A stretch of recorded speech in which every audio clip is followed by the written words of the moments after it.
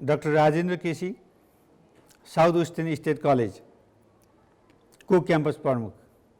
मलाई खुसी लागेको छ हाम्रो कलेजमा आज सुरु हुन गइरहेको गाँजाको वैधानिकरण हितकार कि हानिकारक भन्ने विषयमा यो ग्यालेक्सी टिभी लालमोहरले सुरुवात गर्न लागेको प्रोग्राम अत्यन्तै उत्साहजनक र खुसी लागिरहेको छ र यस प्रोग्रामलाई म रमेश प्रसाईजीलाई ह्यान्डओभर गरेर यो कार्यक्रमको उत्तरोत्तर प्रगतिको कामना गर्दछु। धन्यवाद।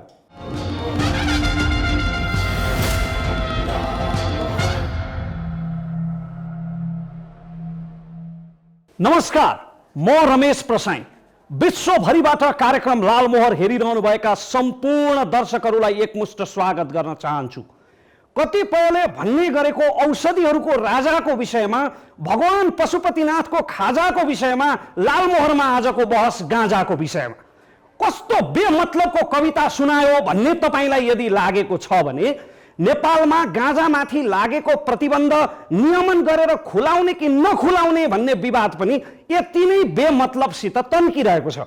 1961 मा एन्टी नार्कोटिक्स सन्धिमा हस्ताक्षर गरिसकेपछि नेपालले लागू औषध नियन्त्रण ऐन 2033 ल्याएर गाँजालाई प्रतिबन्धित गर्यो। 5 पवित्र बिरुवाहरूमध्ये एक बिरुवा अथर्ववेदले मानेको गाँजा पाचन सुधारदेखि पार्किन्सनसम्मका रोगहरू निवारण गर्न सक्ने ठानिएको मानिएको गाँजा, स्तन क्यान्सरले हजारौं महिलाहरू संक्रमित भइरहँदा स्तन क्यान्सरसम्म रोक्ने भनेर पेसिफिक मेडिकल सेन्टरको अध्ययनले ठहर गरेको गाँजा किन नखुलाउने? प्रकृतिको यो वरदानको सदुपयोग किन नगर्ने? के धादिङ मकवानपुरदेखि सर्लाही छिन्ताङसम्मका किसानहरूको रोजीरोटी खोज्ने? ती किसानहरूको स्तर कहिल्यै माथि उठ्न नदिने? हिप्पी पर्यटनबाट हाम्रो अर्थतन्त्रमा भइरहेको फाइदालाई फेरि पुनर्जागृत गरेर त्यसको फाइदा किन नलिने भन्ने प्रश्नहरू पनि उठेका छन् एकातर्फबाट।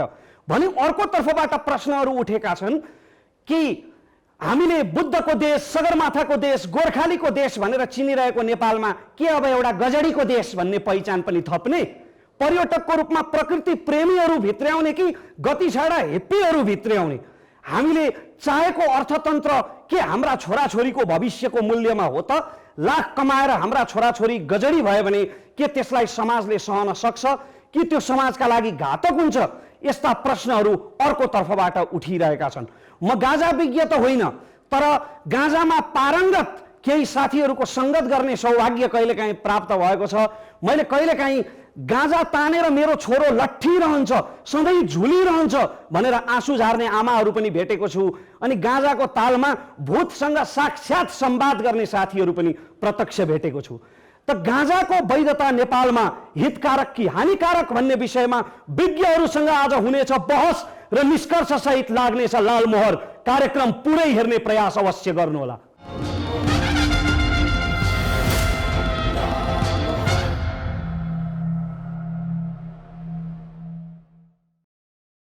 आदरणीय दर्शकवृन्द, फेरि पनि स्वागत छ तपाईलाई कार्यक्रम लालमोहरमा।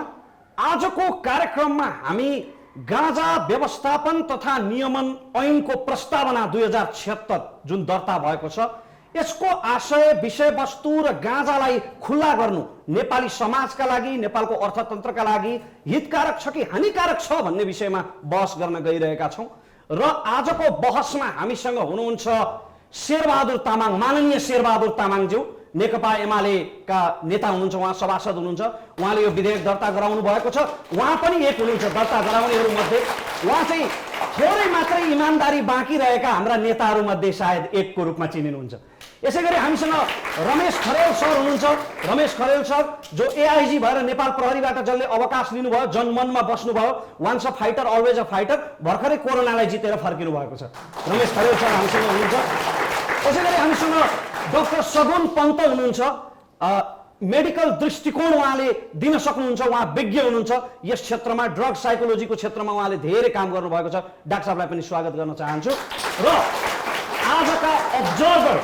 आजका अब्जर्भर यानि कि पर्यवेक्षक, उहाँलाई स्वागत गर्न पाउनु हामी सबैका लागि गौरव र सौभाग्य हो। हामीसँग पदम ठकुराठी हुनुहुन्छ, त्यति बेला जति बेला राजाका भाइहरू गाँजाको तस्करी गर्थे, मूर्ति गजुरहरू मन्दिरबाट चोर्थे, त्यस्ता समाचारहरू लेखेपछि उहाँलाई शाही परिवारसँग, राज परिवारसँग सम्बद्ध भिजिलान्तेहरूले गोली हानेर उहाँको दाहिने आँखाले यति बेला काम गर्दैन। परिवर्तनमा तिम्रो योगदान के छ भनेर सोध्नेहरूलाई आज म एकजना यस्तो व्यक्तिसँग परिचित गराउन गइरहेका छौँ हामी, जसले परिवर्तनका लागि आफ्नो दाहिने आँखाको योगदान गर्नुभएको छ। पदम ठकुराजी सर, तपाईँलाई स्वागत गर्न चाहन्छु आजको संरक्षकको रूपमा। र गाँजाको वैधता हितकारक कि हानिकारक भन्ने यो बहस प्रारम्भ गर्नुभन्दा अघि गाँजाका समग्र पक्षहरूलाई समेटेर मझधारमा रहेर हाम्रो टिमले एउटा रिपोर्ट तयार गरेको छ। अबको क्रममा प्रस्तुत छ यो रिपोर्ट।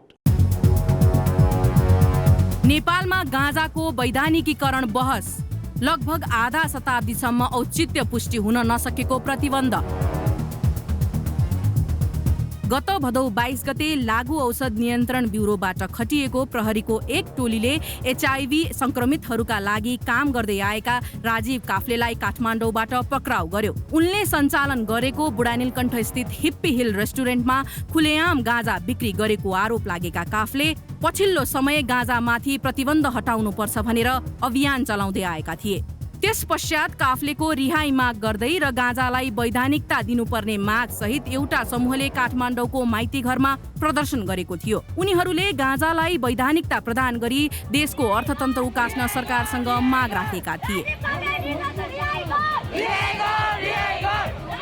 हालका केही वर्षहरूमा सामाजिक सञ्जालदेखि संसदसम्म नेपालमा गाँजाको उत्पादन तथा प्रयोग वैधानिकीकरण गर्ने सम्बन्धी बहस बाक्लिएको छ। अनि यो संसद गँजेडीको गफ गर्ने थलो त हुँदै होइन। त्यसका बावजुद पनि म आज गाँजाको विषयमा विषय प्रवेश गराउँदैछु मानिस हजुर। जुन 17, 1971 मा अमेरिकी राष्ट्रपति रिचर्ड निक्सनले लागू औषध विरुद्धको विश्वव्यापी युद्ध घोषणा गरे। भियतनाम युद्धका सहभागी अमेरिकीदेखि पूर्वीय सभ्यताबाट प्रभावित भई हिप्पी भनिने फिरन्तेको रूपमा हिँड्ने आफ्ना नागरिकहरू कुलतमा फसेको र गाँजा लगायतको लागू औषध नै अमेरिकाको प्रमुख शत्रु रहेको भनी निक्सनले विश्वव्यापी रूपमा धावा बोल्ने रणनीति अपनाए। America's public enemy number 1 in the United States is drug abuse. This will be a worldwide offensive. गाँजा अथवा ह्यासिसको खुल्ला व्यापारकै कारण 70 को दशकमा हिप्पीहरूको केन्द्रबिन्दु बनेको नेपाल अमेरिकी अभियानको तारो बन्यो। यस पश्चात अमेरिकाले नेपाललाई दबाब दिएर गाँजामा प्रतिबन्ध लगायो। नेपालले लागू औषध नियन्त्रण ऐन 2033 को माध्यमबाट गाँजा उत्पादन, सेवन र किनबेचमा प्रतिबन्ध लगायो। प्रतिबन्धले के कति फाइदा भयो यसको लेखाजोखा नभए पनि बेफाइदाहरूको चाहिँ धेरै नै चर्चा भएको छ। प्रतिबन्धले पश्चिमा पर्यटकहरूको केन्द्रबिन्दुको रूपमा विकसित हुँदै गएको काठमाडौँको पर्यटन विकासलाई धक्का दियो। विश्वमै चर्चित द बिटल्सका जर्ज ह्यारिसनको समेत गन्तव्य बनेको काठमाडौँ फेरि हिमाल चढ्ने पर्यटकहरूको गन्तव्यमै सीमित हुन पुग्यो। धेरैले माओवादी सशस्त्र सङ्घर्ष जसले मुलुकलाई गृहयुद्धमै फसायो यसको जड समेत गाँजा प्रतिबन्ध रहेको मान्छन्। गाँजाको खेतीबाट आमदानी गर्ने रुकुम रोल्पाका नागरिकको आयस्रोत बन्द हुनु नै यसको जड हो भन्ने विचार धेरैले राख्छन्।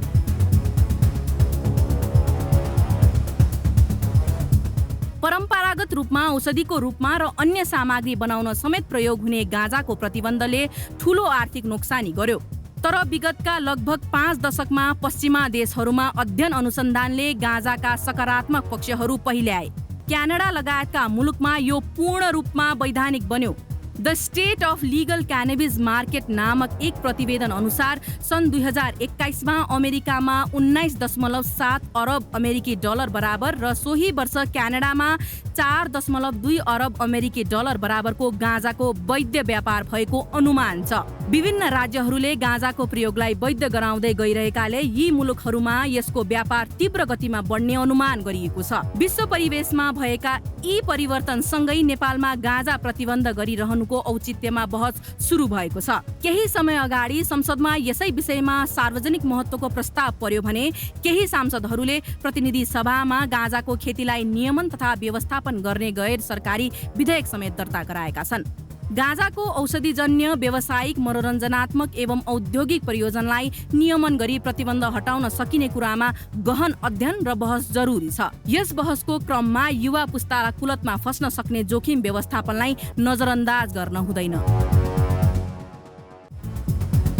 पश्चिमाहरूले प्रतिबन्ध लगाऊ भन्दा लगाउने र उनीहरूले खोल्दा खोल्ने परिपाटी भन्दा पनि हाम्रो आफ्नो स्वतन्त्र अध्ययन र बहस भई निष्कर्ष निकालेमा मात्र यस विषयमा विगतमा भएका गल्तीहरू दोहोरिँदैनन्।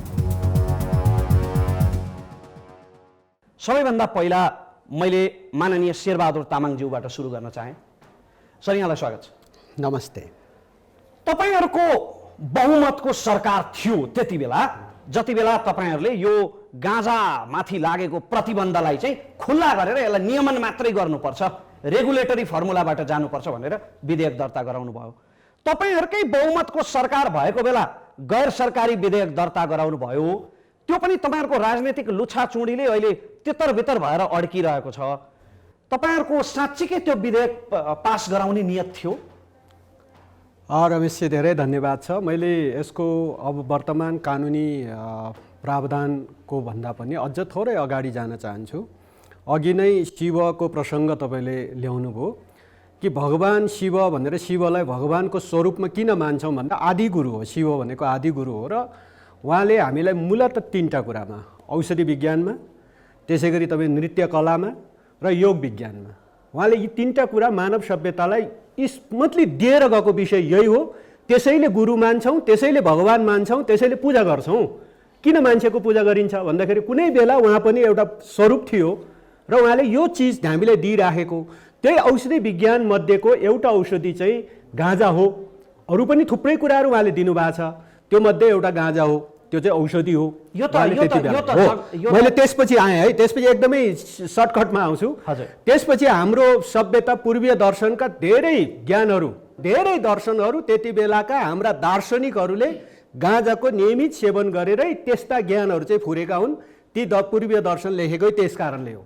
त्यसपछि यता आउँदाखेरि हामी नेपालमा अलि अगाडिसम्म यो एउटा रेगुलरिटी रूपमा चलिरहेकै थियो, तर पछि इन्टरनेसनल एउटा दबावको कारणले यो चाहिँ अरू कतिपय देशमा आफ्ना प्रोडक्टहरू बेच्नको लागि यस्ता नेपाल जस्ता कतिपय देशका प्रोडक्टहरू उत्पादन प्राकृतिक स्रोतमाथि कब्जा गर्ने, अथवा त्यहाँ कब्जा भएन भने अब अरबमा तेलको खानी छ, बम खसालेर भए पनि कब्जा गरिन्छ नि। नेपालमा गाँजा छ, कानुन बनाएर भने कब्जा गर्नु पर्यो अथवा बन्द गर्नु पर्यो नि, र उसका आफ्नो प्रोडक्ट बेच्नु पर्यो। त्यस कारणले यस्ता खालका कानुनहरू बने विगतमा। तर पछिल्लो कालमा जब युएनले नै यो हानिकारक लागु औषधि होइन, यो औषधिजन्य गुण भएको वनस्पति हो भन्ने सूचीमा राखिसक्यो, र त्यही क्रममा हामी पनि अब यसलाई नेपालमा किन प्रतिबन्ध लाएर बस्ने त भनेर मैले आफैले वास्तवमा संसदमा एउटा कानुन दर्ता गऱ्यौँ कि गैर सरकारी विधेयकको रूपमा हो। यद्यपि संसदभित्रको बनावटमा सबै दलले मुखले भन्छन्, नेताहरूसँग भेट्यो सबैजना ठिकै छन्, सांसदसँग भेट्यो कहिले पास हुन्छ ल तपाईँले चाहिँ अगाडि बढाएको विधेयक भन्नुहुन्छ। तर एकदम नढाँटी मैले भन्नुपर्छ कि एकदम त्यो सरकारी रूपमा एक्सेप्ट गरेर त्यो चाहिँ विधेयकको रूपमा चाहिँ त्यहाँ एक्सेप्ट गरेर पार्लियामेन्टमा छलफलमा आइसकेको छैन, दर्ता भएको छ। र छलफलमा आयो भने मलाई के विश्वास छ भने त्यो पारित हुन्छ। अहिले चाहिँ म सगुन पन्त डाक्टर साहबलाई जोड्न चाहन्छु। डाक्टर साहब, यो गाँजाका धेरै फाइदाहरू भएको भन्ने एक थरीको भनाइ छ हैन? कतिपय अध्ययनहरूबाट पत्ता लागेको छ, जस्तो कि स्तन क्यान्सरलाई गाँजाले प्रिभेन्ट गर्छ, पार्किन्सनलाई गाँजाले प्रिभेन्ट गर्छ, यस्ता धेरै फाइदाहरू गाँजाका पत्ता लागिसकेका छन्। यसले मानसिक स्वास्थ्यमा चाहिँ कस्तो प्रभाव पार्छ डाक्टर साहब? धन्यवाद रमेशजी। गाँजाको विषयमा चाहिँ अहिले संसारभरि नै एउटा बृहत बहस चलेको छ। त्यो बहसको एउटा मुख्य कारण चाहिँ गाँजाले फाइदा गर्छ भन्ने होइन कि गाँजाले सोचे जति हानि गर्दैन भन्ने हो। सो हामीले चाहिँ कम हानि गर्छ है भन्ने कन्सेप्टले चाहिँ फाइदा गर्छ है भनेर बुझाउन सकेको चाहिँ एउटा वैज्ञानिक तथ्य छ। भनेपछि हाम्रा सांसदहरूले, हाम्रा नेताहरूले हामीलाई बुझाइरहेको, सम्झाइरहेको यो चाहिँ खास अपव्याख्या हो। उहाँले त फाइदा गर्छ भनिरहनु भएको। जनस्वास्थ्यको हिसाबले र म जनस्वास्थ्यमा काम गर्ने व्यक्तिको हिसाबले चाहिँ गाँजाको अहिलेको अवस्था के हो भने पहिला सोचेको जस्तो स्केड्युल 4 को हेरोइन, अफिम, कोकेन जस्तो खतरनाक यो चिज चाहिँ होइन। यसलाई यो चिजबाट ल्याएर यसका औषधिमूलक तत्त्वहरू पनि हुन सक्छन्, केही छन्, केही प्रमाणित भइसकेका छन्। यसलाई अझै खोलौँ र यसमा अझै रिसर्च गरौँ भन्ने उद्देश्यको साथ चाहिँ अस्तिको डिसेम्बरको UN कन्भेन्सनमा चाहिँ त्यो भोटिङ भएको हो। तर गाँजाले एकदमै फाइदा गर्छ र गाँजाले फाइदा मात्र गर्छ भन्ने विश्लेषण जुन एकतर्फी हिसाबमा भइरहेछ त्यो चाहिँ जनस्वास्थ्यको हिसाबले चाहिँ जोखिमपूर्ण छ। अब यसलाई म किन भन्छु भने मैले शिक्षण अस्पतालमा काम गएको 9 वर्षमा कुनै पनि यस्तो एउटा समय छैन जहाँ चाहिँ एउटा जवान केटा अथवा जवान केटी चाहिँ गाँजाको प्रयोगले गर्दाखेरि मानसिक स्वास्थ्यको समस्या नभएको हामीले भेटेकै छैनौँ। यसको मतलब यो होइन कि प्रयोग गर्ने सबैलाई चाहिँ मानसिक समस्या आउँछ भन्ने कदापि होइन। कतिजना प्राय धेरैजना व्यक्तिलाई चाहिँ प्रयोग गर्दाखेरि केही मानसिक समस्या नआउने सम्भावना धेरै रहन्छ।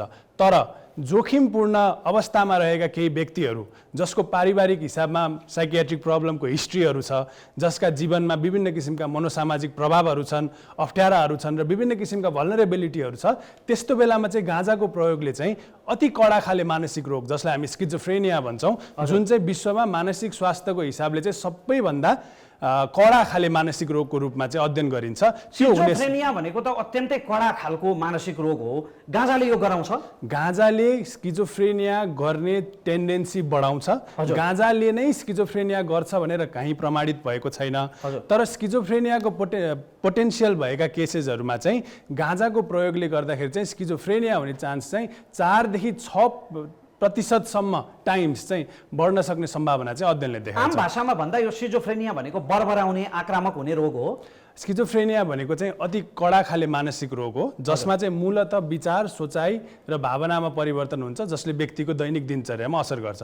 हजुरले अघि सोधेकै प्रश्नमा जोड्दाखेरि चाहिँ तर त्यसको मतलब यो चाहिँ होइन कि गाँजाले खालि नराम्रै मात्र गर्छ। अब गाँजाका राम्रा कुराहरूमा पनि हामीले एकदमै डिस्कसन गर्दाखेरि चाहिँ अहिले मूलतः अध्ययनमा जे आए पनि साइन्टिफिकली गाँजाले फाइदा गर्ने चिजहरूको लिस्ट बनाउँदाखेरि चाहिँ एक खालको मिर्गीको रोग जसलाई हामी ड्राइवे सिन्ड्रोम भन्छौँ, जुन चाहिँ कुनै पनि औषधि उपचार नछुँदाखेरि त्यस्तो केसमा गाँजाको प्रयोगले त्यो मिर्गीको रोग ठिक भएको भेट्यो। त्यसपछि अर्को HIV एड्स र अति जोखिमपूर्ण क्यान्सरको अवस्थामा जब मान्छेहरूको पाचन प्रणालीमा असर भएर उहाँहरू एकदम दुब्लाउँदै जाने, खाना खान नसक्ने अवस्थामा गाँजाले एकदमै राम्रो असर गरेको देखियो। त्यस्तै हजुरले भनेकै जस्तो क्यान्सरका बिरामीहरूमा जब पेन किलरहरूले नछुँदाखेरि अथवा पेन किलर एकदम बढी मात्रामा प्रयोग गर्नु पर्दाखेरि गाँजाको प्रयोग गर्दाखेरि चाहिँ त्यसले चाहिँ त्यो पेन किलरको मात्रा अथवा त्यो पेनको प्रोसेस गर्ने टेन्डेन्सीलाई चाहिँ सुधार गर्ने किसिमले देखियो। त्यस्तै अरू विभिन्न रोग जस्तै मल्टिपल स्क्लेरोसिस, स्ट्रोक यस्ता रोगहरूमा फाइदा देखिएको छ। रमेश सर, जस्तो प्रहरी अधिकृतहरूका अन्तर्वार्ताहरू यो सम्बन्धमा सुनियो भने चाहिँ यो कुनै पनि हालतमा खुल्ला हुनु हुँदैन, यो प्रतिबन्ध रहिरहनुपर्छ भन्ने स्ट्रिक्ट खालको मानसिकता देखिन्छ, दृढ मानसिकता। अहिले पनि गैर कानुनी हुँदा पनि वर्षै पछि प्रहरीले नष्ट गरिरहेकै छ, गाँजा फाँडिरहेकै छ, खानेले खाइरहेकै छन्, रोप्नेले रोपिरहेकै छन्, बारीमा आफै पनि उम्रिरहेकै छ। गऱ्यो पुण्य हात लाग्यो शून्य भने जस्तो यस्तो टन्टामा किन राज्यको स्रोत साधन खर्च गर्ने? खुल्ला गरिदिए भएन र? म एउटा प्रहरी 29 वर्ष नेपाल प्रहरीमा काम गरेकोले मैले देखेको छु, यसको असर मैले देखेको छु। यसबाट प्रताडित चाहिँ गार्जियनहरू देखेको छु, यसबाट प्रताडित समाज देखेको छु। अब यहाँ इकोनोमिक डेभलपमेन्ट, इकोनोमिक ग्रोथका कुराहरू नै आउलान्, त्यसमा पनि डिस्कसन गरौँला। पुलिस पर्सपेक्टिभबाट यो कुनै पनि हालतमा यो लिगलाइज गर्नुहुन्न भन्नेमा म दृढ छु। अरू प्रहरी पनि होलान्। मैले 29 वर्ष लडेको छु, मैले देखेको छु। म पर्सा जिल्लादेखि लिएर उदयपुरदेखि लिएर सिरादेखि लिएर रुकुमदेखि लिएर सबै ठाउँ जहाँ चाहिँ गाँजाको प्रोडक्सन हुने ठाउँमा काम गरेको छु।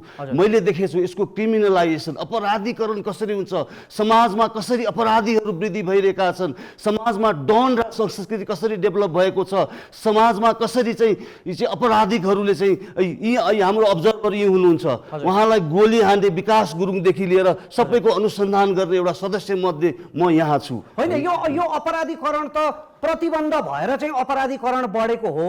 खुल्ला हुँदा त अपराधीकरण हुने, तस्करी हुने आवश्यकता नै हुँदैन भन्नुहुन्छ नि त उहाँहरू। त देशकै कुशासनले व्याप्त यो राष्ट्रमा है स्टेट स्पोन्सर स्मगलिङ हुने देश यो। हजुर, इकोनोमिक ग्रोथमा स्टेट स्पोन्सर स्मगलिङ हुन्छ। यहाँ हेर्नुहोस् त, सुपारीको स्टेट स्पोन्सर स्मगलिङ हुन्छ, केराउको स्टेट स्पोन्सर हुन्छ, करप्सनले थलिएको देश छ। सुशासन कायम गरौँ न, इकोनोमिक ग्रोथ हुन्छ हामी कहाँ। अब यही कुरामा भन्नुपर्दाखेरि अब यो लिगलाइज गर्दाखेरि र चाहिँ यो क्रिमिनल गर्दाखेरिको फरकमा नेपाल प्रहरीले सबैजना राम्रो छ भन्ने म भन्दिनँ। अहिले पनि शेरबहादुरजीलाई तपाईँले भन्नु एउटा एक दुईवटा बाँचे खुचेको एउटा नेता मध्ये तपाईँ भनेर तपाईँले नै भन्नुभएको छ। नेपाल प्रहरी पनि त्यही हो। हजुर, कुनै राम्रो छ, कसैले राम्रो पर्फर्म गरेको छ, कसैले राम्रो पर्फर्म गरेको छैन। राम्रो पर्फर्म गर्ने ठाउँमा रिजल्ट आएको छ, राम्रो पर्फर्म गर्ने रिजल्ट आएको छैन। तर नेपाल प्रहरी मात्र होइन, यो ल इन्फोर्सरको हिसाबले पनि यो चाहिँ क्रिमिनलाइज, यो अहिलेको चाहिँ लिगलाइज नगर्दाखेरि त यस्तो अवस्था छ भने यदि लिगलाइज गरिदिने भने यहाँ त के हामी गुजमान जन्माउन खोजेको हो, के हामी पाब्लो स्कोबार जन्माउन खोजेको हो, कि हामीले चाहिँ के अरे पाखरिङ जन्माउन खोजेको हो, कि हामीले साकिल जस्तो प्रसाको एउटा चाहिँ ठुलो तस्कर जन्माउन खोजेको हो, के गर्न खोजे? मैले यो कुरा बुझ्न सकिरहेको छु। माननीयज्यू, अहिले गैर कानुनी हुँदाखेरि पनि मकवानपुरको मात्रै तथ्याङ्क हामीले लिँदाखेरि मकवानपुरमा तपाईँको 143 जना भीमभेदी कारागारमा छन्। राक्सिराङ गाउँपालिकाका मात्रै 41 जना जेलमा छन् गाँजा तस्करीको आरोपमा। तैपनि त्यहाँ खेती भइरहेकै छ गाँजा खेतीको। तपाईँलाई फुटेज चाहिन्छ भने हामी उपलब्ध गराउन सक्छौँ, यसरी भइरहेको छ गाँजा खेती भनेर। गैर कानुनी हुँदा त यस्तो खेती भइरहेको छ, यस्तो अपराध भइरहेको छ भने तपाईँले खुल्ला गरेपछि तपाईँको कृषि ज्ञान केन्द्रमा अनुमति लिन को गइरहन्छ? एकदमै धन्यवाद छ कि यो विषयमा बहस चलाइदिनु भएको छ। मूलतः तपाईँको चाहिँ हो, कुनै चिज तपाईँले कानुनबाट वर्जित गरे पछाडि त्यो गैर कानुनी हो। हजुर, कानुनबाट ओपन गरेपछि त्यो कानुनी हुन्छ। हजुर, त्यसैले कानुनी बनाऊ भन्ने कुरा हो। र जहाँसम्म अब अलि बढी यस्तो छ राज्य उस्तो छ क्रिमिनलाइज छ यस्तो तथ्याङ्क छ नि, हजुर, यो हामीले मुखले यस्तो किन भन्छौँ? हाम्रो मुलुक राम्रो छ, हाम्रो मुलुकमा असल मान्छेहरू छन्, हामी नेपालीहरू असल मान्छेहरू हौँ, हामी कुनै त्यस्ता गैर काममा लाग्दैनौँ, हामी विश्वभरिको असल जात हौँ, असल मान्छे हौँ, हामी यो कोणबाट जाउँ। हामी खत्तम छौँ, सिद्धेका छौँ, अब यस्तो गर्छौँ किन भन्छौँ? त्यसैले हामीले सबै चिजलाई लिगलाइज गरौँ। लिगलाइज गरिसके पछाडि गाँजाको कैयौँ गुणमध्ये, हजारौँ गुणमध्ये एउटा गुण छ, त्यो गुण एउटा चाहिँ त्यसको नसा पनि लाग्छ, यति हो कुरा। त्यसमाले त्यसका हजारौँ गुण अरू प्रयोग गर्ने हो। र मैले संसदमा दर्ता गरेको गैर कानुन गैर सरकारी विधेयकमा त्यहाँ चाहिँ त्यसको नसाको प्रयोगको बारेमा त्यहाँ वर्जितै लेखिएको छ। नसाको प्रयोगको कुरा गरेकै छैन, त्यसको अन्य गुणको प्रयोग गर्ने हो। र जब तपाईँको चाहिँ त्यसको अन्य गुणबाट फाइदा हुन्छ भनेपछि हो त, जस्तो रक्सी खुल्ला छ, तर बाटो बाटोमा खाँदै त हिँड्दैन। कोही कोही मान्छे त फेरि भेटिन्छ बाटो बाटोमा खाँदै हिँडेर बाटो लडेर हिँडी पनि भेटिन्छ अहिले बाटोमा हिँड्यो भने। त्यसको मतलब अनि त्यो एउटालाई हेरेर कानुन बन्छ कि समग्र हेरेर बन्छ त? कानुन भन्दा समग्र हेरेर बनिन्छ नि। हो, अघि भने जस्तै केही मान्छेहरू खराब पनि होलान्, केही मान्छे खराब छन्, तर त्यो मान्छेलाई नियन्त्रण गर्न नसक्ने राज्य हुन्छ। अनि राज्य म केही पनि गर्न सक्दिनँ भनेर पन्छ्यो भने त अनि त्यसरी पन्छिन पाइन्छ र? राज्यले आफूले नियन्त्रण गर्ने हो। माननीयज्यू, यहाँनिर म रोक्छु तपाईँलाई। तपाईँहरू यसै भनेर अमेरिका क्यानाडाको उदाहरण दिनुहुन्छ होइन? ती विकसित देशहरू र हाम्रो चाहिँ नियमन गर्ने संयन्त्रमा कति फरक छ भन्ने कुरा त पानी जतिकै छर्लङ्ग छ नि। तपाईँले राज्यले नियमन गर्न सक्नुपर्छ भन्नुभयो, राज्यले गैर कानुनी हुँदा त नियमन गर्न सकेको छैन भने खुल्ला गरिदिएपछि नियमन गर्न सक्छ? राज्यले गर्नै पर्छ, नियमन गर्नै पर्छ। र राज्य नियमन गर्न सक्दिनँ भन्ने प्रशासक बस्न पाइँदैन, नियमन गर्न सक्दिनँ भन्ने नेता पनि बस्न पाइँदैन। नियमन गर्छु, यो मुलुक चलाउँछु, यो मुलुकलाई बनाउँछु भन्नेहरूले राज्य चलाउने डाक्टरले भनि नै सक्नुभयो। यसको धेरै औषधिहरू छन्, धेरै औषधीय गुणहरू छन्, र त्यो औषधि बनाउने चाहिँ यसबाट बनाइसके पछाडि अरू यसको कैयौँ त्यो नसा लाग्ने एउटा गुणलाई हामी त्यसलाई बिर्सिदिउँ न। अहिले त्यही एउटा गुणलाई लिएर हामी किन अनावश्यक बहस गरिरहेछौँ? आज जति पनि यहाँ अब हाम्रो साथीहरूले चाहिँ बहस राख्नुभयो, त्यो एउटा गुणको त्यसको प्रयोग र त्यसको प्रयोगले पनि म ग्यारेन्टी दिन्छु, त्यसको प्रयोगले यदि डाक्टरले राम्रोसँग मात्र मिलाएर गर्ने भने यो मुलुकको HIV एड्स आएका मान्छेको के मर्नुपर्छ र? उसले बाँच्ने अधिकार छैन। तर यसको मात्र मिलाएर HIV एड्सका मान्छेहरूलाई तपाईँले नियमित खुवाउनुहोस्, लङ जीवन बाँच्छ उसले। उसको चाहिँ बाँच्ने अधिकार छैन। माननीयज्यू, त्यसो म यति भन्छु यसको प्रमाणित कुरा छ। डाक्टरले पो जानेर बुझेर मात्रा मिलाउला त। यहाँ त गाँजा भनेको गाँजा हो, हामी नेपालीको खाजा हो भनेर बिहान राख्छन् र पो समस्या भयो त। अब यस्तो हो, यो त तपाईँको चाहिँ हो, यसको कतिपय गुणमध्ये यो एउटा गुणलाई लिएर हामीले बढी बहस गऱ्यौँ। हजुर। र हामीले हिजो कुनै बेला प्रतिबन्ध लगाएको कारणले गाँजा भनेको गजेडी अथवा गाँजा खाने गजेडी हुन्छन्, त्यो प्रतिबन्ध लगाएको कारणले हाम्रो दिमागमा एउटा नेगेटिभ पर्सेप्सन छ। हजुर। त्यो नभएको होइन। यहाँनिर म डाक्टर साहब कहाँ आउँछु, सगुन पन्त डाक्टर साहब हामीसँग हुनुहुन्छ। डाक्टर साहब, America, Canada, Australia, Spain, Argentina, Netherlands, Israel, कति देशहरूले 62वटा भन्दा बढी देशहरूले त गाँजामाथि लगाएको प्रतिबन्ध खुल्ला गरिसके। के ती देशहरूमा तपाईँहरू जस्ता स्वास्थ्य विज्ञ डाक्टर अथवा हामी जस्ता बोल्न जान्ने बुद्धिजीवीहरू अथवा रमेश खरेल सर जस्ता प्रहरी नभएर हो र? यसको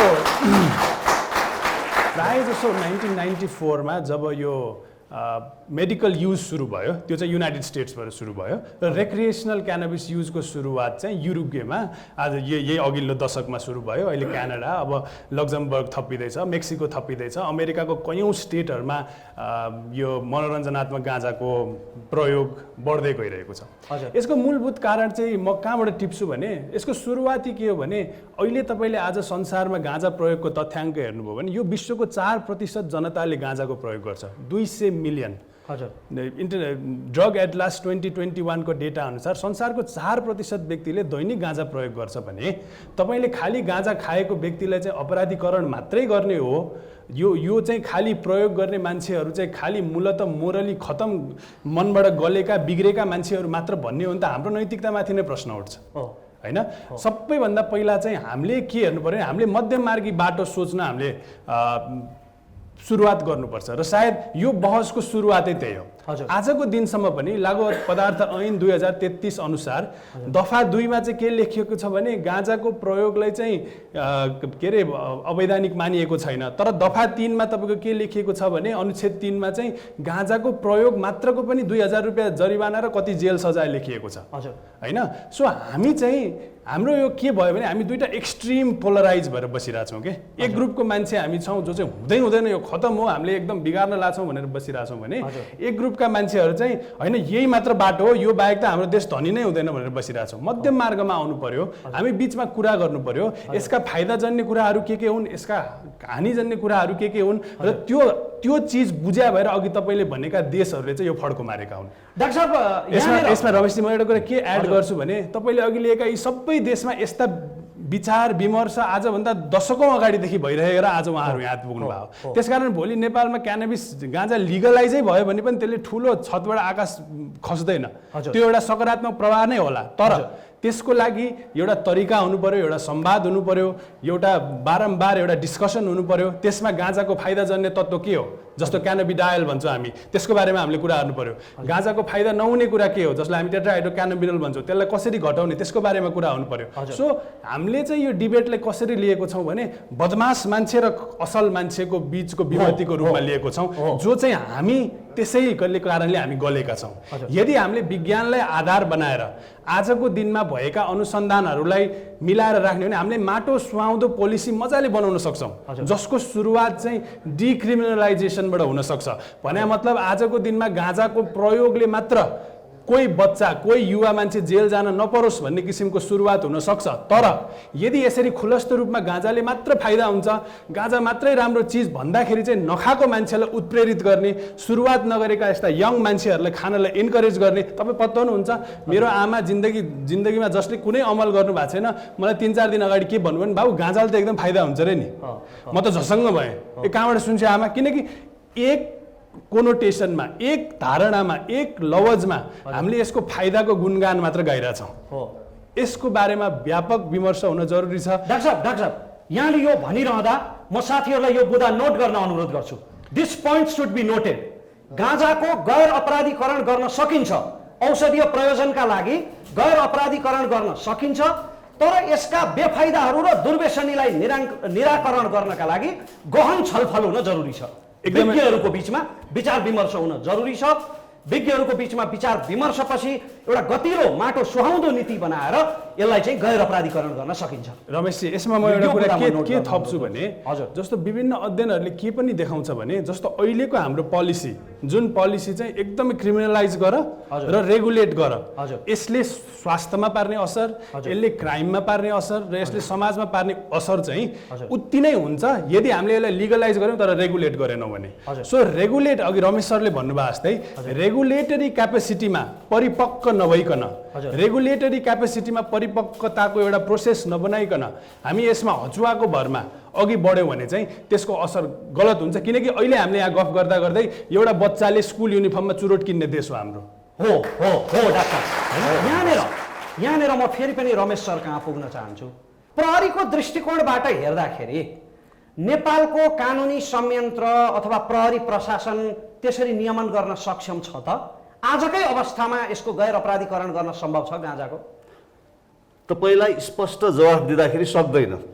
स्पष्ट अब अरू हिसाबले अहिले शेरबहादुरजीले डाक्टर साहबले भनेको कुराहरूमा अमेरिका क्यानाडा कता कता गए भन्ने चाहिँ लिगलाइज भइसक्यो भन्ने कुरा त्यो होइन।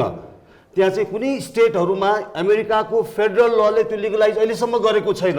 यसमा हामी भ्रममा पर्नु हुँदैन। क्यालिफोर्निया लगायतका 42वटा स्टेटले लिगलाइज गरिसके। हाम्रै छिमेकी राष्ट्र भारतमा पनि मणिपुरमा लिगलाइज हुने घोषणा भइसक्यो, उत्तर प्रदेशमा, उत्तराखण्डमा, अरुणाचलमा सबै लिगलाइज भइसक्यो। रमेश सर, यहाँ के त भन्दाखेरि हाम्रो देशमा पनि हामीले रिसर्चको लागि हामीले गर्न सक्छौँ। हजुर। हाम्रो देशमा पनि हामीले औषधि प्रयोगको लागि हामीले यहाँ पनि गर्न सक्छौँ। हजुर। है, तर अहिले हामीले हाम्रो छिमेकी राष्ट्रहरू हेरौँ, इन्डियालाई हेरौँ, पाकिस्तानलाई हेरौँ, वहाँ ओपियम पनि वहाँ लिगलाइज हजार हेक्टरमा उनीहरूले लिगलाइज गरेछ।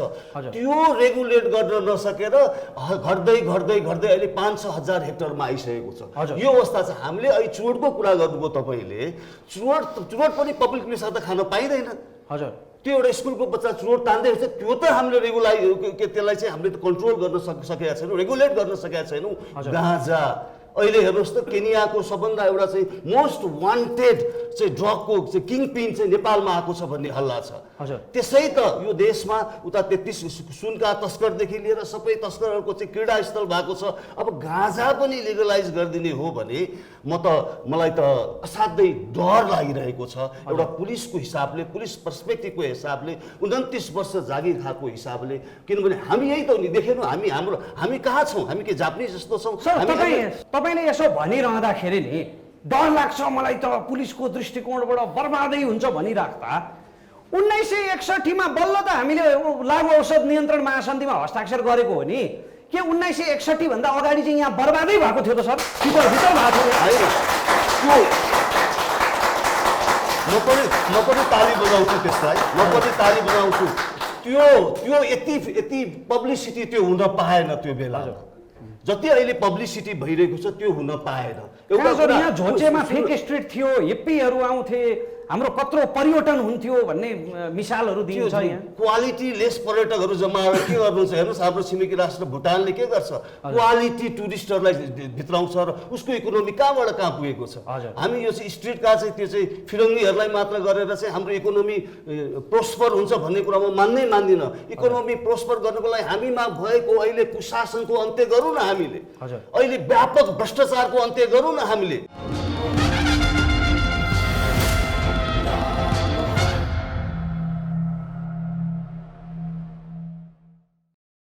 गाँजाको गैर अपराधीकरण गर्नका लागि हाम्रो प्रशासनिक संयन्त्रमा पनि सुधार जरुरी छ। त्यो क्यापेसिटी बिल्डिङ जरुरी छ, क्षमता अभिवृद्धि जरुरी छ। यो पोइन्ट म नोट गर्न अनुरोध गर्छु। र अब म राजीव सरको प्रश्न लिन्छु। एकदम छोटोमा आफ्नो प्रश्न राखिदिनु होला राजीव सर। डाक्टर साहब, नेपालमा हेरोइन लिगत थाहा छ तपाईँहरूलाई? हेरोइन विश्वको एउटा ल्यान्सेट भन्ने इन्टरनेसनल जर्नल हो, ब्रिटिस मेडिकल जर्नल ल्यान्सेट। सबै साइन्स पढेकोहरूले त्यसलाई मान्छन्, स्टडी हो। ल्यान्सेटले 2010 मा डाक्टर ग्रिन्सपुनको नाममा एउटा टिम गरेर 150 जना साइन्टिस्टहरूलाई 15वटा ड्रग क्याटेगोराइज गरेर सोसियल र त्यसको पर्सनल हार्मको हिसाबले क्याटेगोराइज गरेर 1 नम्बरमा सबभन्दा हाइएस्ट के हो र 15 नम्बरमा सबभन्दा हाइएस्ट लोएस्ट हार्मफुल ड्रग के हो भनेर क्याटेगोराइज गर्न लाग्दाखेरि 5वटा ड्रग क्याटेगोराइज गर्यो टप 5 मा। 1 नम्बरमा हेरोइन, 2 नम्बरमा एल्कोहल, 3 नम्बरमा कोकेन, 4 नम्बरमा एउटा कुरा र 5 नम्बरमा सिगरेट हजुर टोब्याको हजुर गाँजा 12 नम्बरमा पर्यो। हजुर अब हाम्रो कुरो के भन्दाखेरि त्यो ल्यान्डसेटमा 150 जना संसारभरिका विज्ञ साइन्टिस्टहरूले गरेको स्टडीले देखाएको रिजल्ट हो भने 1 देखि 5 मा हामीहरूले हेरोइन पनि लिगल छ। डाक्टर साहबले नै रेकमेन्ड गर्नुहुन्छ हामी अल्टरनेटिभली हेरोइन एडिक्टहरूलाई मेथाडोन मेन्टेनेन्स प्रोग्राम भनेर सरकारले फ्रीमा दिन्छ। हजुर सिगरेट लिगल छ, एल्कोहल लिगल छ। तपाईँले गजेडी भनिदिनु भयो रमेश दाइ, होइन गजेडी यस्ता कि हिप्पी भनिदिनु भयो। स्टिभ जब्स हिप्पी हो। अहिले स्टिभ जब्सको एप्पलको आइफोन 13 आउँदैछ, 2,25,000 त्यसको मूल्य छ। अहिले आइफोन मार्केटमा के अरे यो मोबाइल फोन मार्केटमा 80% एप्पलको कब्जा छ। तपाईँहरू माई बडी माई चोइस भन्नुहुन्छ होइन, इन्डिभिजुअलिजमको पराकाष्ठमा पुग्नुहुन्छ क्या तपाईँहरू। हाम्रो जस्तो समाज त कुनै यो फिरङ्गीको समाज त होइन। तपाईँको परिवार जोडिएको हुन्छ, साथीहरू जोडिएका हुन्छन्। बाबुआमाको सम्पत्तिमाथि दाबी गर्ने, बाबुआमाले गाँजा नखा भन्दा नमान्ने तपाईँहरू, यो कस्तो खालको तपाईँहरूको इन्डिभिजुअलिजम? नमस्ते, म Neha Dhamala, BSW first year South western state College. मेरो प्रश्न चाहिँ के छ भने माननीयज्यू हजुरले भन्नुभयो कि गाँजाले नेपालको अर्थतन्त्र बनाउँछ, तर हाम्रो देश यति जलस्रोतमा धनी छ, प्राकृतिक सुन्दरले भरिपराउँछ। यस्तो हुँदा त देशको यति युटिलाइज गरेर हाम्रो देशको विकास हुन सकेको छैन भने गाँजा जस्तो यस्तो हानिकारक पदार्थले हाम्रो देशको विकास हुन्छ भनेर हामी कसरी हजुरहरूको विश्वास गर्न सक्छौँ? यो प्रश्न म माननीयज्यूसँग लिन्छु। यहाँ जलस्रोत छ, जडीबुटी छ, जङ्गल छ, जनशक्ति छ, जमिन छ, सबै ज हुँदाहुँदै यो गाँजामै किन यत्रो जोड माननीयज्यू? अरू ज पनि प्रयोग गर्नु। एकदम रमेशजीलाई धन्यवाद छ र प्रश्नकर्ता बहिनीलाई पनि धेरै धन्यवाद छ। हो, सबै थोक छ। हजुर हामी पनि छौँ, नेपाली छौँ, बहस पनि छ। हजुर बहस पनि छ। बहस उच्च स्तरको होइन, धेरै तल्लो स्तरको बहस हुन्छ हामीसँग। हामी जलस्रोतको बारेमा के बहस गरिरहेछौँ थाहा छ? हामी सबैलाई के बहस गर्छौँ? देश बनाउने बहस गर्छौँ र देश नबनाउने बहस गर्छौँ। कुनै एउटा हाइड्रो आयोजना हो भने त्यसैको बारेमा हामी कोही एउटा विरोध पक्ष हुन्छ, एउटा समर्थक पक्ष हुन्छ। ऊ आज एमसिसी भन्दै हामी झगडा गरिरहेछौँ, आफै झगडा गरिरहेछौँ। हुने हो कि नहुने हो हामी आफैलाई थाहा छैन, होइन? झगडा गरिरहेछौँ। के गर्छौँ हामी? बिजुली बेचेर देश धनी हुन्छ बनाउने गरी हामी लागेका छौँ र हामी बहस गरेर झगडा गरिरहेछौँ। त्यसै गरी हिजो कुनै बेला त चामल बेच्थ्यौँ नि हामीले, चामल बेच्थ्यौँ यो मुलुकले। कोरियालाई आज अरबौँ रुपियाँको चामल हामी किनेर खाइरहेका छौँ अनि धनी हुन्छौँ। हो, थियो, छ। अनि कसले प्रयोग गऱ्यौँ र कसले बेच्न चाहिँ कसले कोसिस गऱ्यौँ त? हो, हामीले गर्नुपर्छ क्या। यो पुस्ताले, मैले भनेको यो पुस्ताले गर्नुपर्छ। त्यसैले गाँजा नै सबै थोक भने होइन, फेरि वान आइटम हो, मुलुक बन्ने मध्येको एउटा आइटम हो। यो पनि एउटा आइटम हो र यो आइटमबाट आज यहाँ पनि जति बहस भयो हामी त्यही एउटा गुणलाई बहस गऱ्यौँ क्या। एउटा गुणलाई, गाँजाको एउटा गुण के, त्यो चाहिँ नसा लाग्छ, यति हो। अनि नसा पनि राम्रोसँग प्रयोग गर्यो भने औषधि हो, प्रमाणित छ नि त यो। हो त। अनि त्यसपछि यो प्रमाणित कुरालाई अनि अरू ढङ्गले हामी व्याख्या गर्ने? माननीयज्यू, तपाईँले यो औषधिको कुरा गरिरहँदा म तपाईँलाई एउटा तथ्याङ्क सुनाउन चाहन्छु। सन् 2009मा अफगानिस्तानमा भएको रिसर्चमा के देखियो भने त्यहाँको 8% जनसङ्ख्याले प्रत्यक्ष अप्रत्यक्ष रूपमा ड्रग्स लिन्छ, विशेष गरेर अफिम लिन्छ। अफिम चाहिँ 1.9%ले लिन्छ र त्यहाँका नर्दर्न अफगानिस्तानमा चाहिँ त्यहाँका 50% बालबालिकाहरूलाई चाहिँ अभिभावकहरूले अफिम दिन्छन्, बच्चा फकाउनलाई अफिम खुवाउँछन् भन्ने त्यो रिसर्चले देखायो। यो कहिले भयो भने जब सन् 2005 देखि यता तालिबानले नियन्त्रण जमाउँदै आयो र अफिमको अनुमति प्राप्त हुँदै आयो, तब भयो। भनेपछि तपाईँहरू $3.5 खर्ब डलरको बजार छ भन्नुहुन्छ, छ। गाँजाको राम्रो व्यापार छ भन्नुहुन्छ, छ। आर्थिक स्तर पनि उक्सिन्छ। मैले करोडै कमाए पनि मेरो छोरा चाहिँ यसरी दिनभरि झोल्न थाल्यो भने के गर्नु माननीयज्यू? ठिक छ, धन्यवाद यो कुरालाई। त्यसैले त अहिले कानुनमा, प्रस्तावित कानुनमा काहीँ यसको गलत प्रयोगको कुरा लेखिएको छैन। हामीले यसलाई नियमन गर्ने नै कुरा लेखेका छौँ। हो, त्यसो भए आज प्रतिबन्धित छ। किन खान्छन् त? त्यसो भए खानेले खाइरहेको होला नि त, होइन? मैले सुरुमै तपाईँले प्रश्न राख्नुभयो। अब प्रतिबन्धित हुँदा पनि त खाँदो रहेछ। त्यसो भए यसलाई रेगुलेट गरौँ। रेगुलेट गर्दाखेरि नसाको प्रयोगको हिसाबले यसलाई वर्जितै गरौँ। हजुर। नसाको प्रयोगको ओपन गर्नुपर्छ भन्ने कुरा बहस चलाएकै छैन है हामीले। यहाँनिर त्यसको भएको हुनाले त्यो नसा लाग्ने चिज, त्यसको हजारौँ गुणमध्ये एउटा नसा लाग्ने गुण छ र त्यो गुणलाई समेत पनि तपाईँको चाहिँ डाक्टरको प्रेस्क्रिप्सनको आधारमा मात्रा मिलाएर खाँदाखेरि कैयौँ रोगहरूको उपचार हुन सक्छ भन्ने कुरा हामी देखिरहेका छौँ। तर पनि त्यसको आज क्यान्सरको उपचार गर्न करोडौँ रुपियाँ सकेर मान्छे विदेशसम्म धाउँछन् होइन। तर त्यही गाँजाबाट बनेको औषधिले नेपालमै क्यान्सरको उपचार पैसा पनि लाग्दैन क्या, फ्रीमै गर्न सक्ने स्थिति बन्न सक्छ। हजुर। त्यसैले यस्तो चिजलाई हामी चाहिँ थुनेर राख्ने, बिर्को लगाइदिने। अब रमेश सरतिर आउँछु।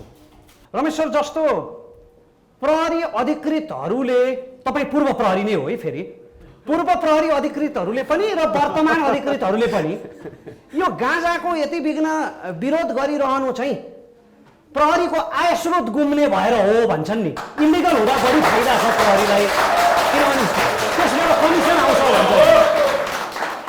तपाईँले भनेको कुरालाई पार्सियल्ली म पनि समर्थन गर्छु। बेमानहरू गाँजाको लागि मात्र, गाँजाको चाहिँ ड्रग ट्राफिकरबाट मात्र पैसा लिँदैनन्, यो देशको ढुकुटीबाट पनि कमिसन खान्छन्, सबै गर्छन्, बेमान गर्छन्, ओम्नीबाट नि खान्छन्, सबैबाट गर्छन्। बेमानलाई केही रोक्न सकिँदैन। हजुर। तर हामीले रोक्नुपर्छ। अब हामी अप्टिमिस्टिक पनि हुनुपर्छ। हजुर। यो कुरा पनि मैले मान्दछु। हजुर। यहाँ कोही मान्छेहरू गाँजाको ड्रग्सहरूबाट पैसा दिएर यी पोलिटिसियनहरूका श्रीमती छोरा छोरीहरूलाई बुझाएर संविधान निकायमा पनि भाका पनि छन्। हजुर। यो पनि जगजाहेरै छ। हजुर। र अर्को एउटा जगजाहेर छ भने त्यही पुलिस हो जसले चाहिँ मैले उदाहरण दिन्छु, पर्सा जिल्लामा टोटल्ली कल्टिभेसन सबै इलिमिनेट गर्ने प्रहरी पनि त्यही हो फेरि। हजुर। रमेश सरको आशय लगभग बुझियो। डाक्टर साहब, यो क्यानेबी इन्ड्युस साइकोसिस अर्थात् गाँजाले गराउने साइकोसिस हुँदो रहेछ। म त विज्ञ होइन। अनि अटोमोबाइल क्राइसिसमा, सवारी दुर्घटनाहरूमा चाहिँ यो गाँजाको धेरै ठुलो भूमिका हुन्छ भन्छन् विज्ञहरू। यसलाई प्रश्न पारिदिनुहोस् न। यसमा यो हालसालै भएका अध्ययनहरूका आधारका कुराहरू हुन्। क्यानाबिस इन्ड्युस साइकोसिस चाहिँ गाँजाको प्रयोगमा चाहिँ छोटो समयमा र दीर्घकालीन रूपमा चाहिँ कडा खाली मानसिक रोगका लक्षणहरू आउन सक्छन्, जसमा मतिभ्रमहरू हुन सक्छन्, शङ्का उपशङ्काहरू डेभलप हुन सक्छन् होइन। त्यो एक प्रकारको रोग हो। तर म एउटा कुरा के भन्छु भने सबै गाँजा खाने मान्छेलाई क्यानाबिस इन्ड्युस साइकोसिस हुनैपर्छ भन्ने छैन। हजुर। त्यसमा हामी एकदम क्लियर हौँ। हजुर। अधिकांश व्यक्तिलाई हुँदैन, केही व्यक्तिलाई हुन्छ। हजुर। होइन। र डराउनु पर्ने कुरा चाहिँ के हो भने त्यो जो कोही व्यक्तिलाई हुन्छ त्यो चाहिँ जेनरली यो यङ मान्छेहरू आफ्नो लाइफको करियरको प्राइममा भएको, जसको बौद्धिक क्षमता बढिरहेको हुन्छ, उनीहरूलाई हुन्छ। म के थप्छु भने गाँजाको प्रयोग 18 वर्षको उमेरभन्दा अगाडि सुरुवात गर्ने व्यक्तिहरूमा चाहिँ दीर्घकालीन रूपमा चाहिँ यो कडा खाले मानसिक रोगको लक्षण बढी देखिएको छ। विस्मृतिका समस्याहरू, ध्यानमा समस्याहरू, कग्निटिभ डेभलपमेन्ट भन्छौँ हामी, त्यसमा समस्या देखिएको छ होइन। सो हामीले यसलाई कसरी हेर्नुपर्छ भने चुरोट खाने मान्छेलाई नि त क्यान्सर हुन्छ, तर हामी चुरोट त बेचिरहेको छौँ नि। हजुर। रक्सी खाने मान्छेको पनि त कलेजो बिग्रेर सिरोसिस हुन्छ नि, एकदम हाम्रो डाक्टर साहबहरूले सधैँ देख्नुहुन्छ। तर चुरोट त हामी बेचि नै रहेछौँ नि। डाक्टर साहब, रक्सी चुरोट खानुको समर्थन गर्नुहुन्छ हो तपाईँ? डाक्टरको हैसियतमा मैले रक्सी चुरोटको समर्थन त गर्नै मिल्दैन। तर मैले चाहिँ के भन्न खोजेको हो भने यसको आशयबाट यो हरेक चिजको चाहिँ एकदमै नराम्रो कुरा मात्र हुन्छ भनेर बहसलाई सहजीकरण गर्नतिर हामी लाग्न हुँदैन कि। हामी खुलेर कुरा गर्नुपर्छ। गाँजाका यो एङ्गलबाट कि गाँजाका नराम्रा कुराहरूको पनि हामी खुलेर कुरा गर्नुपर्छ। गाँजाका राम्रा कुराको बारेमा पनि हामी खुलेर कुरा गर्नुपर्छ। स्वस्थ बहस हुन जरुरी छ। के अरे ल इन्फोर्समेन्ट एजेन्सीलाई पनि बिचमा ल्याउनुपर्छ होइन। त्यसपछि साइन्टिफिक कम्युनिटीलाई पनि बिचमा ल्याउनुपर्छ, कन्ज्युमरहरूलाई पनि बिचमा ल्याउनुपर्छ, यङ मान्छेहरूलाई पनि बिचमा ल्याउनुपर्छ। किनकि आज हामीले गाँजालाई डिक्रिमिनलाइज गऱ्यौँ अथवा लिगलाइज गऱ्यौँ, यसको दूरगामी प्रभावहरू छ। आर्थिकको चाहिँ म विशेषज्ञ होइन, त्यस कारण मेरो केही कमेन्ट। डाक्टर साहबले जजलाई बिचमा ल्याएर स्वस्थ बहस हुनुपर्छ भन्नुभयो, लगभग ती सबैको प्रतिनिधित्व आजको लालमोहरमा छ। सो त्यही भएर पनि यो कुरा भन्न मलाई किन मन लागिरहेको छ भने गाँजाको नराम्रो पाटो छ, मैले भुक्तभोगी हिसाबमा देखेको छु। तर मैले कहाँ काम गर्छु त सबै बिरामी भएर आउने ठाउँमा मात्र काम गर्छु नि त। म माननीय ज्यूतिर आउँछु। तपाईँको विधेयकको परिच्छेद 2 मा तपाईँहरूले एउटा प्रावधान के राख्नुभयो भने घरायसी प्रयोजनका लागि 6वटा बोटहरू उत्पादन गर्नलाई चाहिँ अनुमति लिन नपर्ने, 6वटासम्म। अनि रेसाहरू, यो कपडाहरू, अरू घरबुनाहरू, झोलाहरू उत्पादन गर्नका लागि चाहिँ अनुमति लिन नपर्ने भन्नुभयो। फलाउने त गाँजा नै होला माननीय ज्यू, झोला उत्पादन गरे पनि, रेसा उत्पादन गरे पनि, बारीमा स्याउ उमारेर नचाखोस् भन्ने इच्छा त राख्नु भएन नि। अब यसले कसरी दुर्व्यसनी नियमन गर्नुभयो?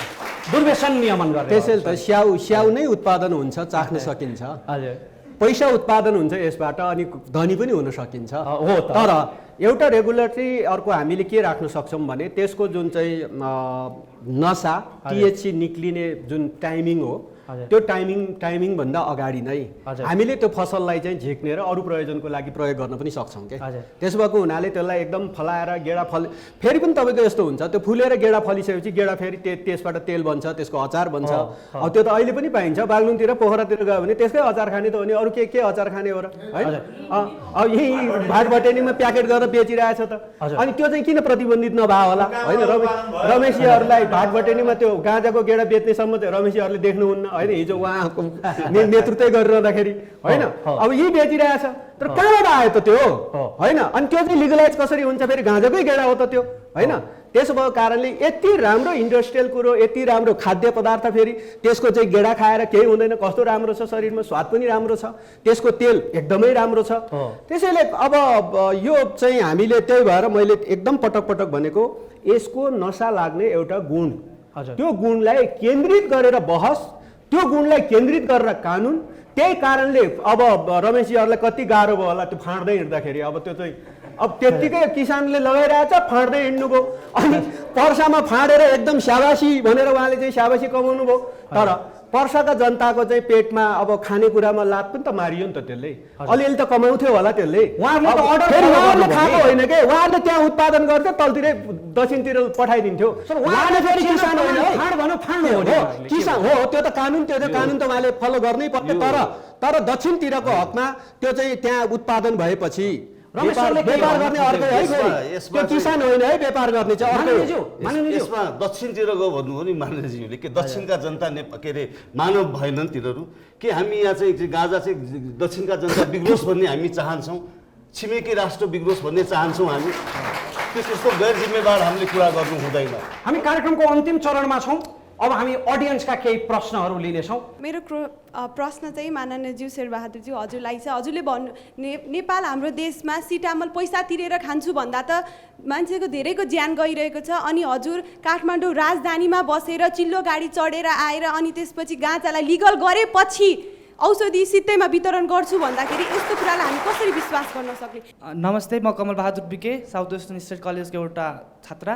गाँजालाई लिगल गरे पछाडि पनि कन्ट्रोल गर्न नसक्ने नेता अथवा कार्यकर्ताहरूले त्यहाँ बसेर काम छैन, पोस्ट छोड्नुपर्छ भन्ने उहाँको धारणा थियो। र यदि इलिगल हुँदा त कन्ट्रोल भएको छैन भन्ने के त्यो नेताहरूले पोस्ट छोड्नुपर्ने हो त? मेरो नाम महिमा पराजुली, म साउथ वेस्टर्न स्टेट कलेजको चाहिँ ग्रेड 12 को स्टुडेन्ट। मेरो प्रश्न चाहिँ शेरबहादुर सरसँग, जसरी हजुरले अहिले भन्नुभयो लिगलाइज गर्नुपर्छ, इकोनोमिक डेभलपमेन्ट हुन्छ गाँजाले गर्दा, खै त अरू पनि छन् त इकोनोमिक डेभलपमेन्ट गर्ने, हामीले सरकारमाथि कसरी विश्वास गरेर यो गाँजालाई इकोनोमिक डेभलपमेन्ट नै गर्छ सरकारले भनेर विश्वास कसरी गर्न सक्नु? यत्रो कानुन नभएको देश त होइन नि हाम्रो। कानुन हुँदाहुँदै पनि कार्यान्वयन नभएर इकोनोमिक डेभलपमेन्ट भएको छैन। एउटा गाँजा त्यत्रो इम्प्याक्ट, नेगेटिभ इम्प्याक्ट भएको गाँजाको कुरा लिएर हामी यङ्स्टरहरू, नखाने यङ्स्टरहरूलाई नि यो लिगलाइज हुँदा बित्तिकै अपर्च्युनिटी जस्तो बनेर झन् बिग्रिन सक्छ। अब यस्तो कुरालाई हामीले सबैले लिगलाइज गर्नुपर्छ भनेर सरकारमाथि अन्धविश्वास गरेर हामी यङ्स्टरले कसरी हजुरमाथि आफ्नो जीवनहरू, हाम्रो भविष्य, फ्युचर जेनेरेसनले कसरी हजुरमाथि सुम्पिन सक्छ?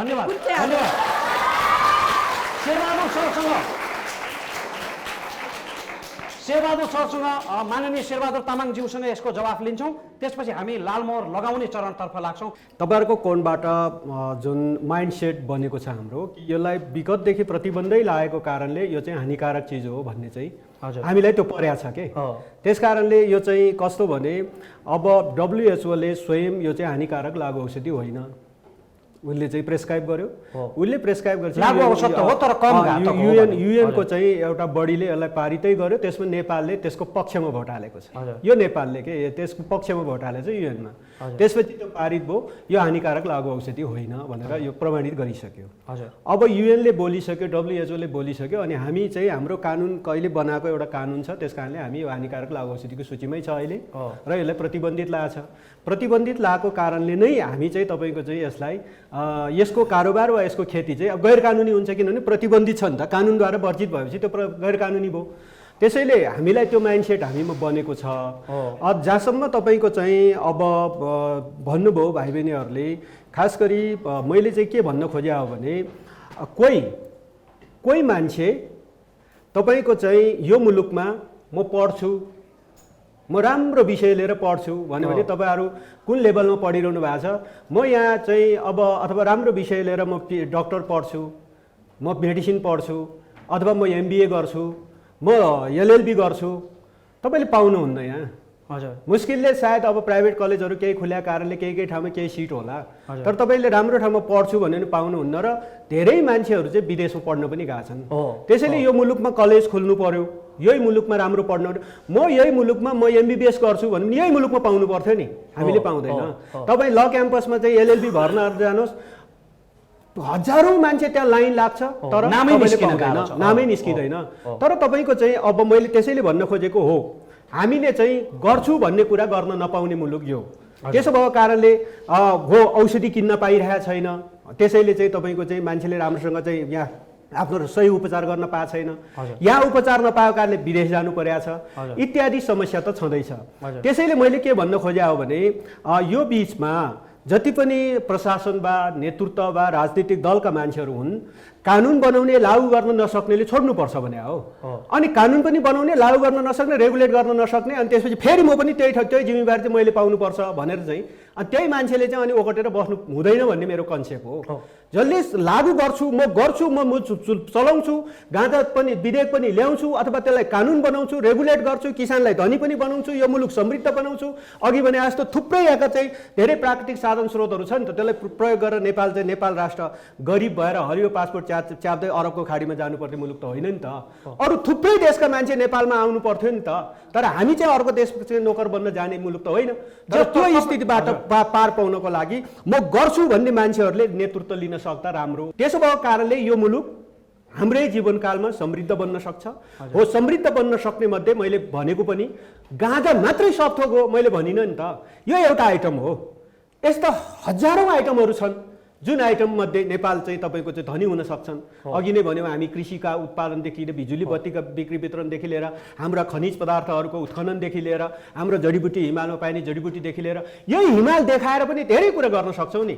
आज तपाईँ ग्लोबल वार्मिङको कारणले चाहिँ तपाईँको चाहिँ मेलम्चीमा बाढी आएर काठमाडौँ उपत्यकामा अब खानेपानी के हुन्छ भन्ने कुरामा हामीलाई त्यत्रो समस्या भएन। अब कत्रो बाढी आयो, त्यो चाहिँ हिमालकै हिउँ पर्ने ठाउँै तपाईँको चाहिँ पहिरो लडिरहेछ, जहाँ कि पहिला हिउँ जम्थ्यो, हिउँ जमेर चाहिँ पहाडलाई समातेको थियो, अब हिउँले छोडिदियो, हिउँ जम्न छोड्यो, पहाड भत्केर आयो, अब मेलम्ची खानेपानी वाट भइसक्यो।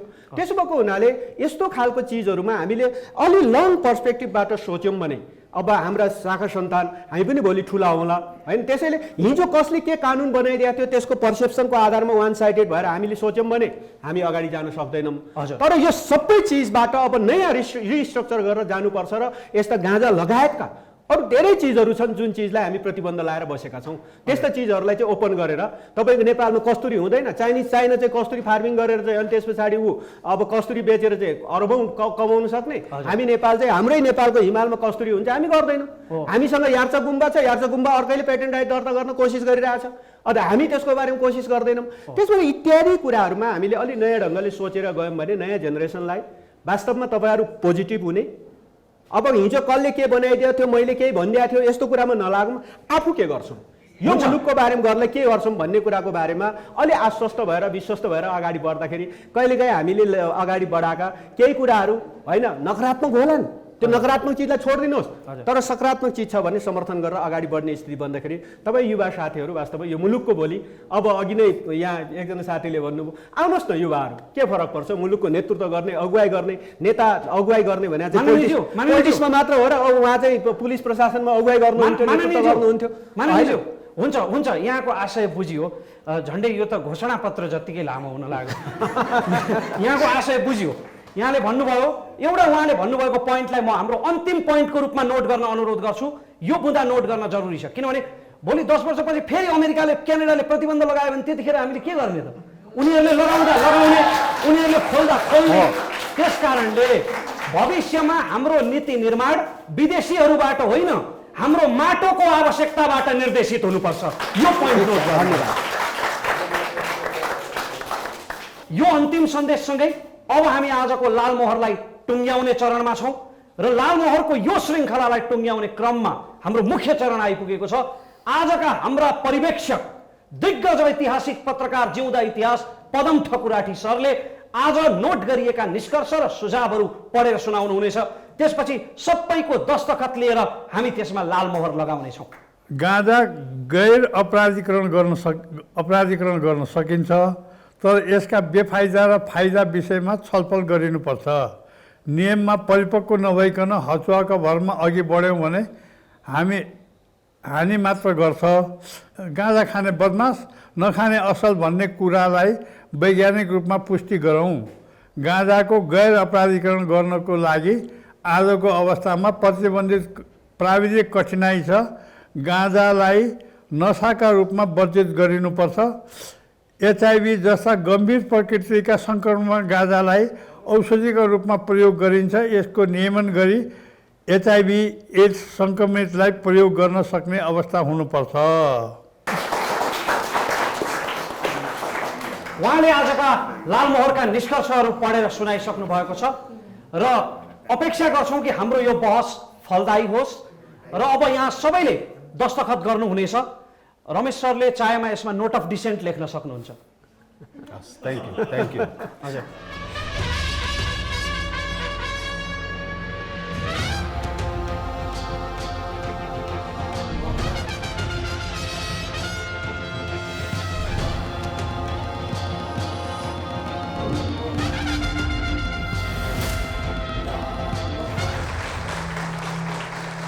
आजका पर्यवेक्षकले यी सहमतिका बुँदाहरूमा, निष्कर्षका बुँदाहरूमा, सुझावहरूमा लालमोहर लगाए सँगसँगै अर्को अङ्कमा फेरि अर्को विषयवस्तु लिएर आउने बाचा गर्दै आजका सम्पूर्ण अतिथिहरूलाई, सहभागीहरूलाई सबैलाई एकमुष्ट धन्यवाद दिँदै, दर्शकहरूलाई विशेष धन्यवाद दिँदै सम्पूर्ण टिमका साथ रमेश प्रसाई आज्ञा चाहन्छ।